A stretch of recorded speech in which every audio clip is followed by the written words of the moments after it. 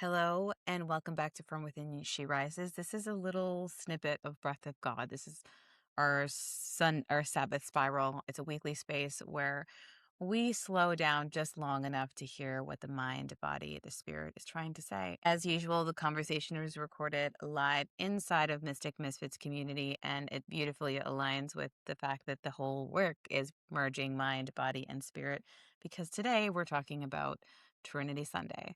Together, we explore a very different way of understanding the Trinity that is not a doctrine to believe, but an experience that we're going to participate. And guess what? You get to participate in it as well. So make sure you take what resonates, you leave what doesn't, and allow yourself to just settle in. This is a little backwards compared to our usual. You're not getting grounding, you're getting a beautiful, expansive conversation, and then you will be getting your longer meditation. So I'll see you on the other side. Today we are talking about the Trinity because the Trinity that's what they're talking about this week. They're talking about it today in the Catholic Church. So I thought, why not chat about it today and why not experience it within ourselves? Because for centuries, we know it as the Father, Son, Holy Spirit, right? And for centuries, there's been a lot of debate about what does that even mean? Is it three in one? Is it one in three? It's like this elusive mystery, which let's be honest, life, once you lean into the fact that everything's a mystery and we're all just fighting over things that can't be truly explained in language, it's kind of beautiful. You realize you're going to be wrong, and that's part of the beauty of it. And you're probably also right, and the person you're arguing with is also the same, and actually you're all in the same boat, and it's the awe and mystery and beauty of life. But anyways, what if before we tried to understand it, we're going to experience it, because that's what we're going to do. We're going to experience it a little bit differently, not as the Father, and we've done this a little bit inside of other containers, but we're going to experience this as our body, our mind, and our awareness.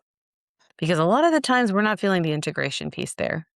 Our body is saying one thing, our mind is saying another, and then we're caught somewhere in the middle trying to be like, okay, who's going to win?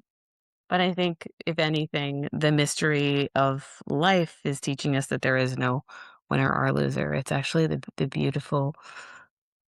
beauty is in the messy middle, in the uncertainty. And interestingly enough, I'm still working on this week's Cosmic Pulse in the Mystic Misfits. I'm really just like sitting with, I'm so fascinated by like the depth psychology within astrology if you use it as that. And I've just been sitting with the energy this week, and it's very much asking, like, there's this tension between surrender, between control, between what you think you're supposed to say, and it's loud, and we're really being asked to integrate that this week, which I always find it so fascinating when things just kind of click together. And the Trinity being Trinity Sunday, it's the same thing. Our body is, maybe your body is saying, I'm tired. Your mind is saying, no, you got to push harder. You got to just try a little harder. Maybe your body's saying, this hurts. I don't want to do it. And your mind's like, just ignore that. Keep pushing. Spoiler alert, that does tend to lead to burnout. Maybe your body is saying, something doesn't feel right. How often do we ignore those intuitive, like, oh, don't do that. This doesn't feel right. Let's stop doing this. And then our mind's like, no, like, let's over analyze this. Don't be dramatic. You're fine. It's okay. We're going to be fine. And honestly, we spend most of our lives taking sides. Not even just taking sides, like I'm talking within you. We spend most of the time being like, okay, do I get to choose what my mind is saying or what my body is telling me I need to do? And I use body as, I'm just going to turn this to sleep so nobody cries calling me. I use body in terms of your intuition, that weird, if it's odd, it's God feeling, whatever that is for you. And we spend our lives being like, okay, which one can I trust? And I think collectively, we've really been choosing the mind for a few centuries. Perhaps it's time to not just choose the body, but choose the integration. What if it was never about choosing? What if it's always been about finding that union within? The reading this week, or one of the readings, because there's many in the church this week is Paul. He ends his letter with the words, "The grace of the Lord Jesus Christ, the love of God, and the fellowship of the Holy Spirit are all within you." Which is interesting because what I notice is that he's not defining anything. He's pointing to experiences. He's pointing to grace, love, communion, things that are known through relationship, things that are not conceptual, that aren't up here. They're experiences. To me, that's the inner Trinity. How are you experiencing grace within yourself? How are you experiencing love, communion? And as I sit with this, and I sat with this, I'm still sitting with it now. I really find myself thinking about this exercise that I did use in Becoming the Word, where you begin by noticing the body, then you notice your mind, and then you notice the awareness. The awareness being like the witness of the witness that can be a witness to both. And it's interesting because I think we've got it a little bit backwards. I think we've been taught to that the thoughts come in and to be a witness to the thoughts. But to me, the witness, can you be the integrated vessel that allows the emotion to move through you? Because from my own experience, the emotion comes first, which is an imprint. It's an imprint of a past experience. It's an imprint of a moment where you didn't allow yourself to be not allow, I guess, but where you didn't feel whole and integrated and you stopped the emotion. And so when we feel this emotion again now in the present moment, we get pulled into this imprint all of a sudden when we're like, we don't want to feel it. That's when the mind takes over. That's when the thoughts take over. Being the witness to both the emotion. And once you can master, for me anyways, being the witness of the emotion, I'm not saying detach and dissociate. Be a safe vessel. Work on the nervous system regulation that allows you to feel safe, to have the capacity to stay when that feels uncomfortable, when you feel the shame, when you feel the anger, to allow it to move. That's what it's being asked. It's asking for a place to move through you. And once you can create that safety and integration within your body where you actually can allow the emotion to move through, oftentimes we don't even get the story. We don't even get the thoughts. Not that thoughts are bad, but that's the story attaching to, oh, I'm feeling this thing. The mind comes over, the ego comes in. Ego, not good or bad, but just a protective mechanism and saying, okay, let me tell you a story around this. Let me make you feel safe this way. But we want to be able to today start to be the witness of both the mind and the body because they were never separate. It's all about coming into relationship within you. They're not enemies, even though it probably feels like, and I know it does for me, and perhaps even this week is going to feel like that for those of us who are still in this, we're still in the midst of the initiation, if you will. We're still being asked, like, can I integrate all of these things? It probably does feel sometimes like they're all three of them are competing for some sort of authority, especially the mind and the body, and then what you think the spirit is calling you to. But it's all different expressions that are part of the whole. And I think that most of our suffering comes when one of those parts starts to dominate the others, when we put more bearing on one of them. When your mind starts to run the entire show, when you start to ignore your body. And I think, like I said, this might not be you, but I think the collective as a whole, we're really relearning how to feel safe in this flesh suit. We're really finally getting to a point where we're like, actually, I wasn't supposed to transcend this. I was supposed to go all the way in it. It's supposed to be the tool. I'm supposed to fully incarnate in this and be present. That's where the magic happens. So our bodies, all of us, we're finally like putting our foot down and I'm like, oh, we're like, you know what? This generation's going to fix this. Finally, we're done. We've had enough. That's what I'm feeling. That's what I'm manifesting for all of us. Because what we have created is a bunch of bodies, billions of bodies that are overwhelmed. And a mind, a collective hive mind that is just spiraling, trying to control everything. And in that situation, there's no relationship. So the invitation with this Trinity is to realize that that Trinity lives in you too. Not saying that it's God, Son, Holy Spirit, but the mind, body, and that awareness, that spirit within you. And the invitation was never to have to choose one of them over the other, but to become aware enough to hold it, to witness. There's a moment in the practice where I think we start to realize something. You start to become aware of your body. You start to become aware of your thoughts, which means if you can be aware of both, then you can't actually be only the body and you can't actually be only the thoughts.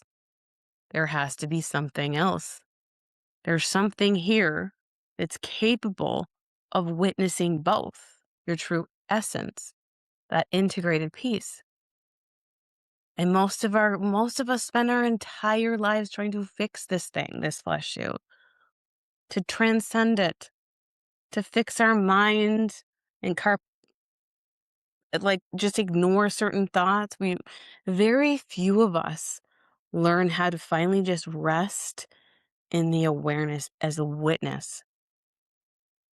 And that is the place where we get to hold both of these things without panicking, without choosing, without trying to control or to collapse into an identity, which then gets us fighting and arguing with others. Because if somebody doesn't agree with me, then they're like, I'm wrong. And now our identities are fighting each other. So the real questions here to bring up within ourselves is, where have I broken the relationship within myself? Maybe the question for you is, where have I been trusting my thoughts more than my body? Or where do I trust my body more than the witness and the awareness itself? Because as we move through this, we tend to go the other way. And not in this aspect completely, but what I like to call, like, in any deconstruction process, whether it's you deconstructing from a religion or it's you deconstructing from any identity that you've had, there's this moment where you start to deconstruct the things that you were certain of.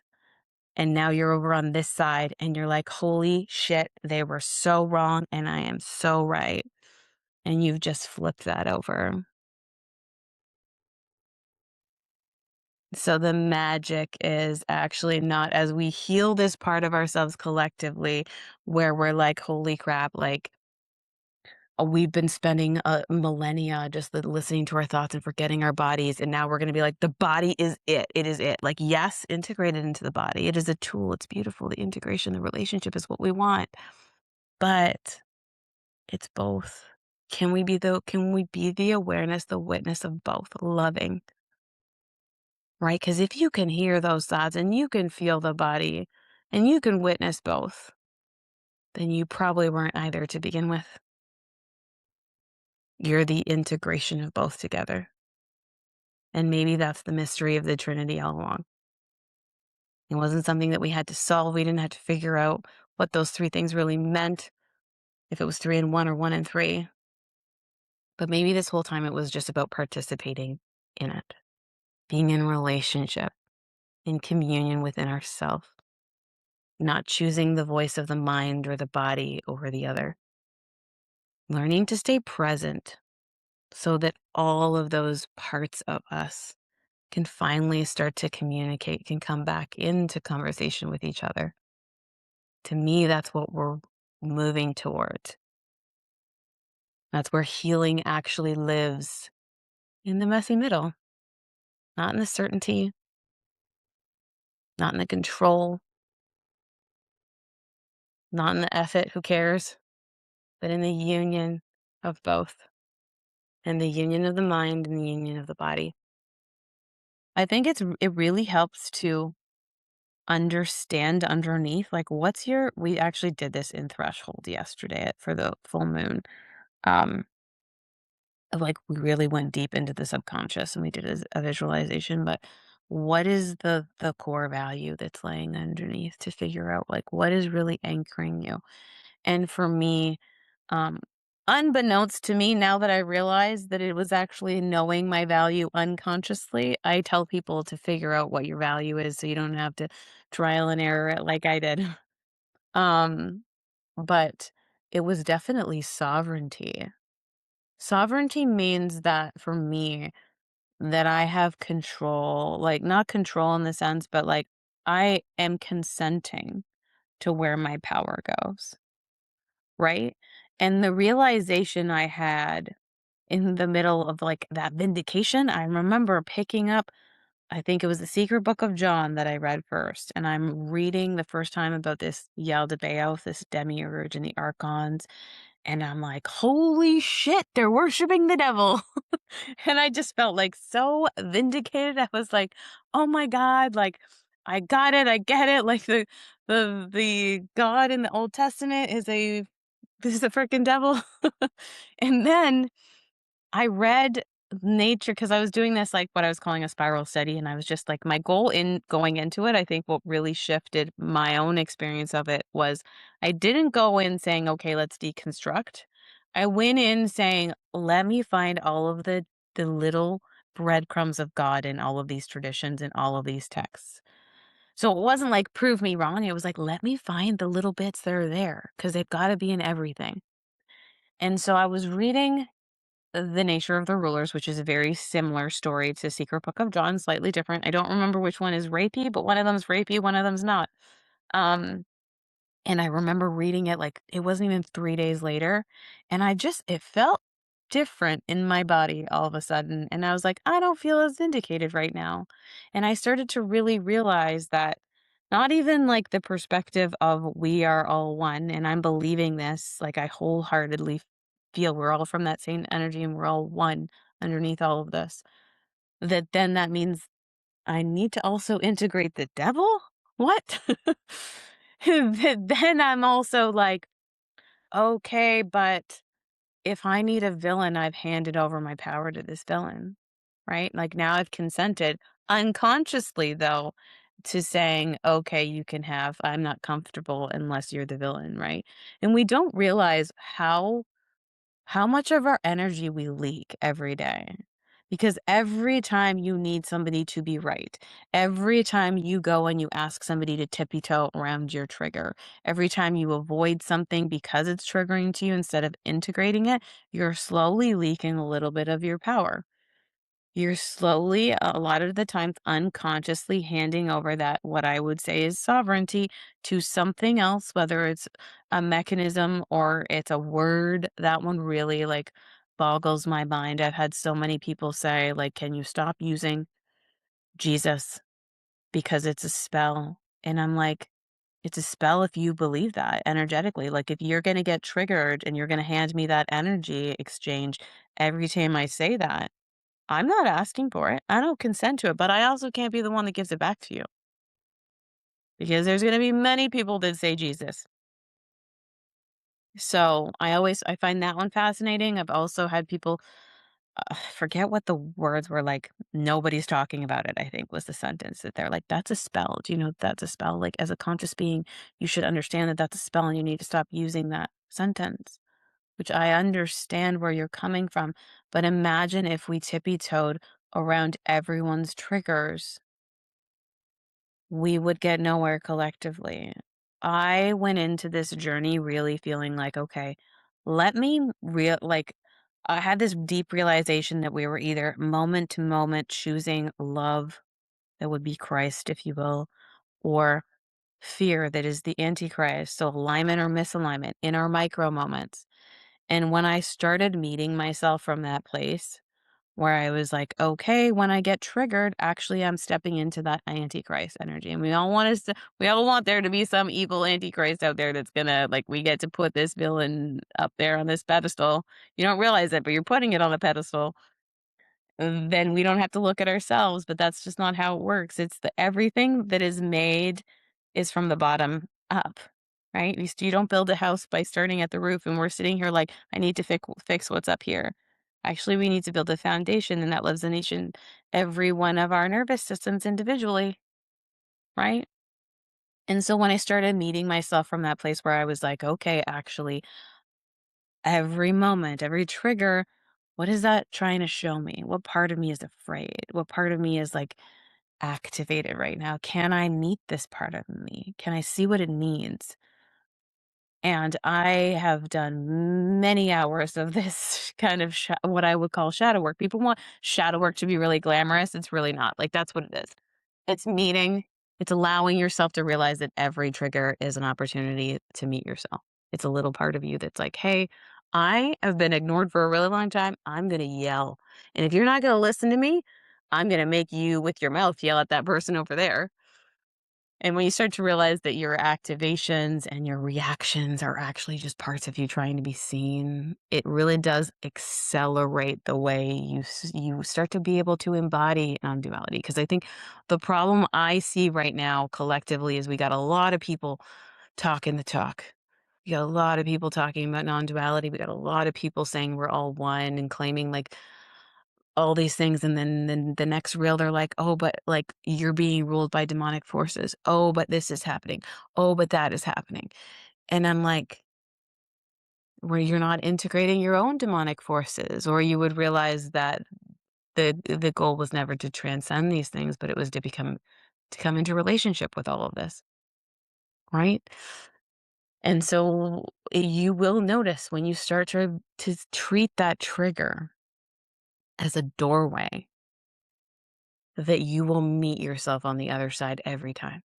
And the more of yourself that you meet, the more you integrate, and the more you effortlessly start to show up in your life, living non duality, not just talking about it. I don't give a shit if you talk about it. And to me, like if we're looking at if we all love Jesus in this space, maybe we don't, but if we're looking at Jesus as an example, the only thing he really was pointing out was hypocrisy. You're saying one thing, you're not living it. And it's interesting it's interesting because in non-duality and the understanding that we are all one, we actually need to, like, in order to embody that, we need an integrated self. So we actually can't have non-duality without the integrated little selves, the integrated little links in the change. That's you, Lisa, that's you, Edith, that's me. We need to be integrated within ourselves in order to actually be the whole. So yeah, meeting every trigger with curiosity, because there is a part of you on the other side of that doorway. I'll add some music in here, but as I'm trying to find said music, threshold, threshold is our little, I get that self-integration, yes. Threshold, we're actually shifting threshold into more of a mystery school because we've been more doing random Bible study, but I'm like, no, we need to like really do deep immersions because that's where you get in the nitty gritty of things. I don't know for sure, but I think we're going to do an intro to Kabbalah first. So we'll see where we're going. But inside of Threshold has been a fun time where we have been like really drilling in this non-duality and the integrated self. And then back to finding the song the other day inside of a threshold call mid meditation. I have 4 children.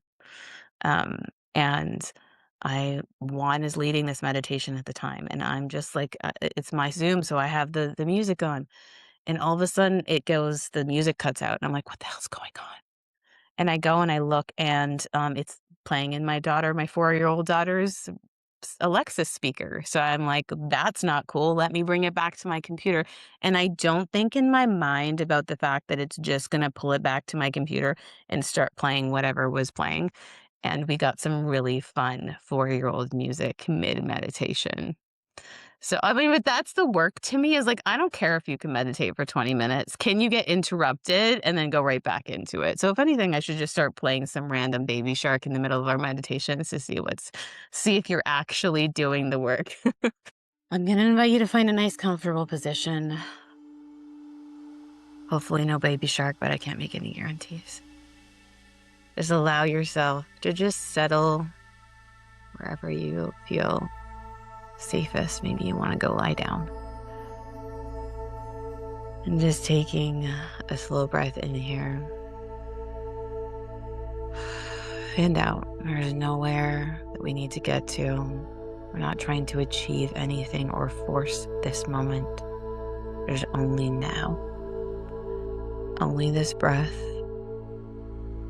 Gently close your eyes if you haven't done so already. Take another slow breath in through the nose. We're going to hold this one gently at the top for a second. And gently exhale through the mouth. Breathing in, receiving, holding, and releasing. One more time, in through the nose, holding at the top, making room, and letting go. I want you to imagine that with every breath, you're descending. Not falling, descending. Like a stone that's sinking through still water. Or like a leaf drifting towards the forest ground. There's no effort required because gravity already knows what to do. Your only job here today is to allow yourself to be carried deeper and deeper. And with every breath, feel yourself arriving more fully into your own unique experience.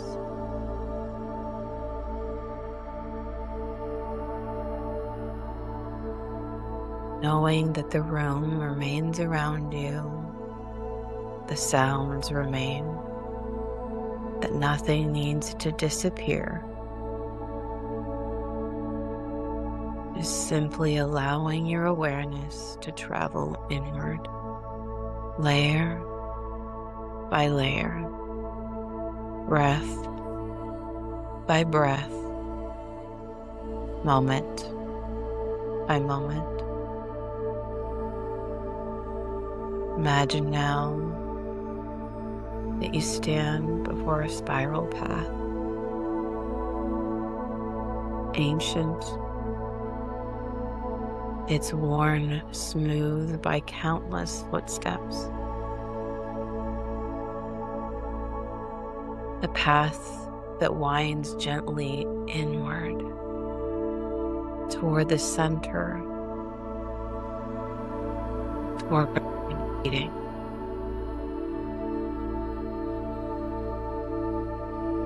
Towards something that has always been here. Now begin slowly walking, noticing the rhythm of your feet.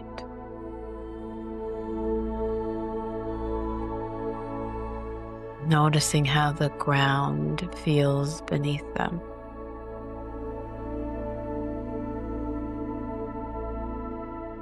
Each step drawing you deeper into yourself. Each step further from the noise, closer to your truth. To what has been patiently waiting beneath the surface. And as you walk, allow everything you've been carrying today to rest alongside the path. Conversations, questions, the stories. You don't need to solve that right now. You don't need to carry it into the center. Leave them beside the path. They'll be here when you return. Continue walking.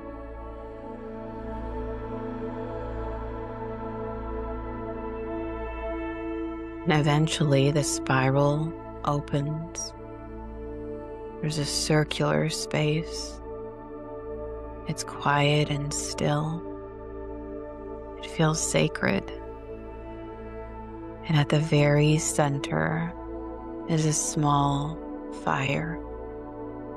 Not blazing, not consuming. Steady. Warm and alive. Approach the fire and just take a seat beside it. There's nothing to do here. Just allow yourself to notice, to listen, to remember.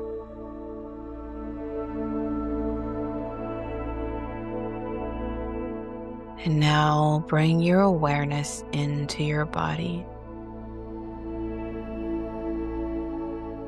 Feel its presence, its weight. Begin to notice where your body is speaking. Maybe it's through temperature, through warmth, through tension. Maybe you're restless. We're not going to analyze it. We're not going to try and interpret it. Just allow yourself to listen. Listen as though your body has been trying to tell you something for a very long time. And for the first time in a while, you've stopped long enough to hear it. You can gently ask your body, what are you carrying?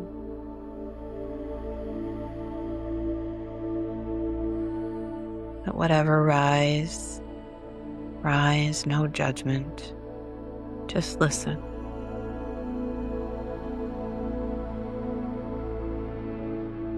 Now ask it, what have I not wanted to feel? Again, listen, trust it. Allow your awareness to lift slightly now, above the sensation, above the feeling, and begin to notice your mind. Not the stories themselves, maybe it's simply the movement. Notice the way thoughts are arriving, the way they tend to gather, the way they begin to organize reality. Notice whether it feels busy, whether it's curious or protective or afraid. There's no wrong answer here. Just observe.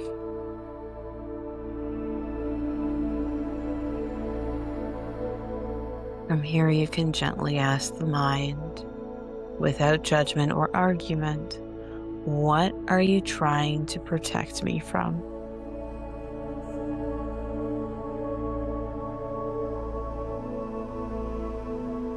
What do you need me to understand? And just allow yourself to witness, to listen, to receive.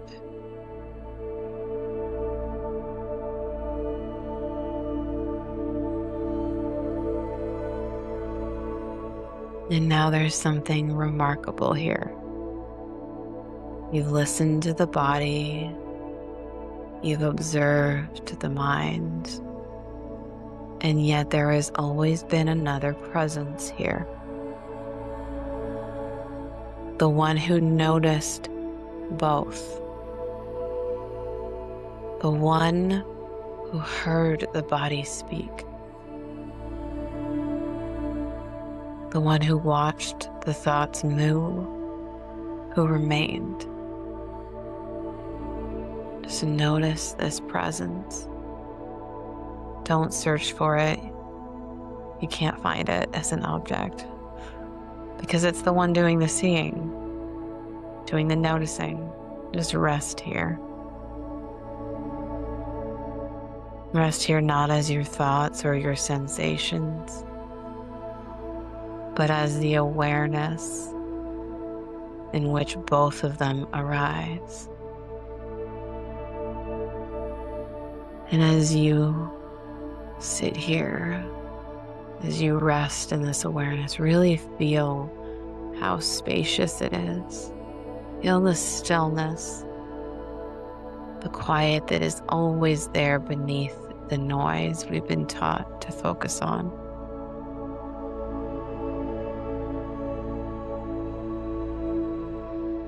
Notice that the awareness is not fighting the body. It's not fighting the mind. That it actually makes room for both.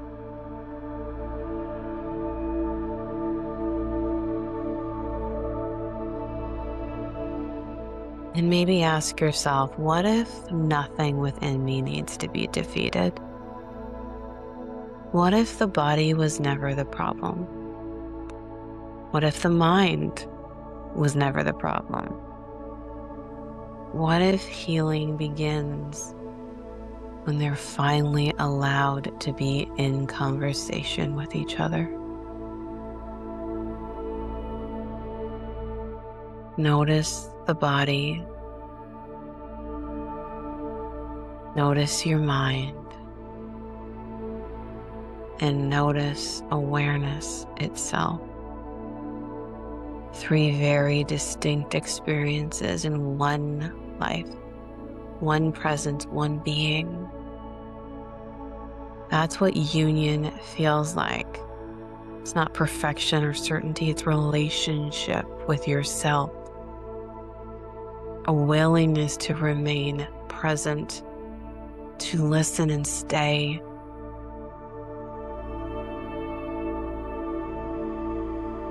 Ask yourself one final question. Which voice within me have I trusted most, and which one have I ignored?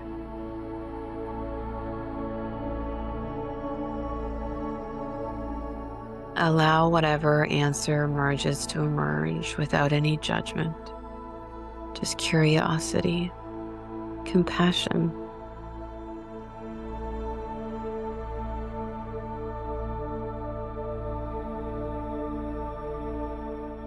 And now bringing your awareness back to the fire at the center of the spiral.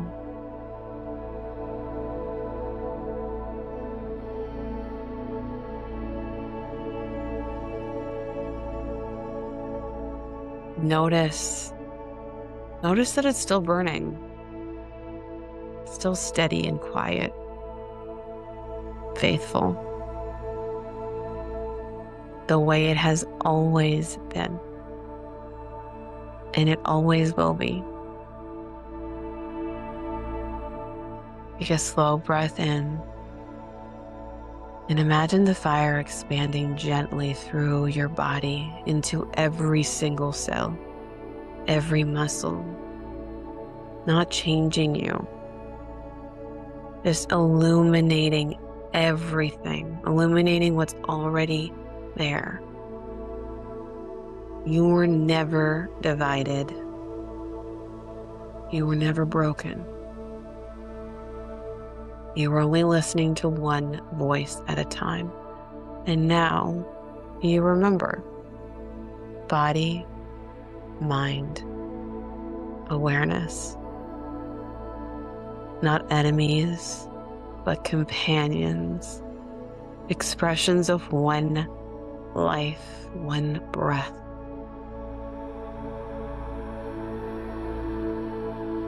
Now begin to feel the room around you again.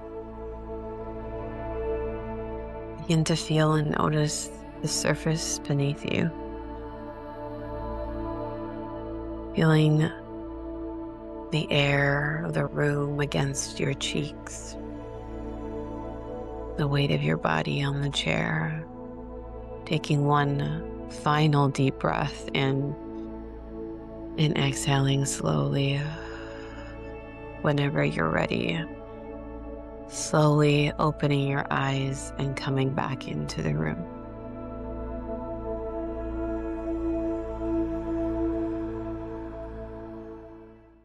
Thank you so much for joining us inside of Breath of God, for getting a little taste of the Mystic Misfits. And I just, as a reminder, as you move through this week, I really want you to sit with one question. Which voice within me have I trusted most, and which one have I ignored?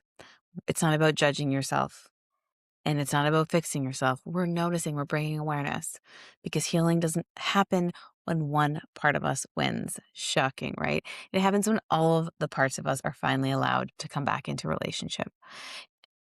And remember, if you'd like to join us live for future Breath of God gatherings so that you don't miss out on the community aspect and the conversation and the literal relational aspect, you can find the links below in the show notes. And until next time, take a breath, come back to your body, trust what you're discovering, and remember, you are never broken. You are only listening to one voice at a time. Thank you. I love you. I will see you in the next spiral.